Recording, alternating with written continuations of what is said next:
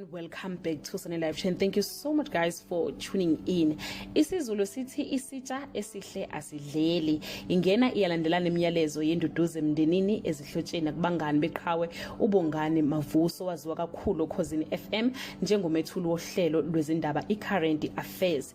Ngokubika kwesolezwe nebayede news akasekho emhlabeni uBongani Mavuso ubengumethuli wohlelo iCurrent Affairs Ukhozini FM. Abachazanga ke imbangela ukudlula kwakhe emhlabeni kodwa yena bese nesikhathi side engaphilile enyameni engeke ke ngicagule ngithi ukudlula kwakhe kuyamene nokugula kwakhe. Cha, sizothola sibuye siveze kwenzekeni kuye. Bongani Mavuso bebuye abe neslot back to my roots Ukhozini FM kanye nombuthuma la ebenika khona osonkondlo abancane nabakhulu ithuba lokuziveza bahaya izinkondlo zabo Ukhozini FM njalo ngolwesihlanu from between 10:30 and 11 o'clock.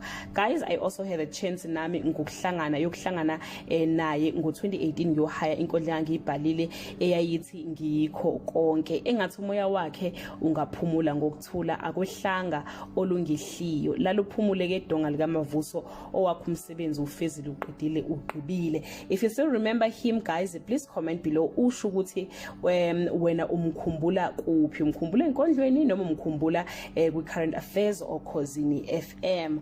Bye.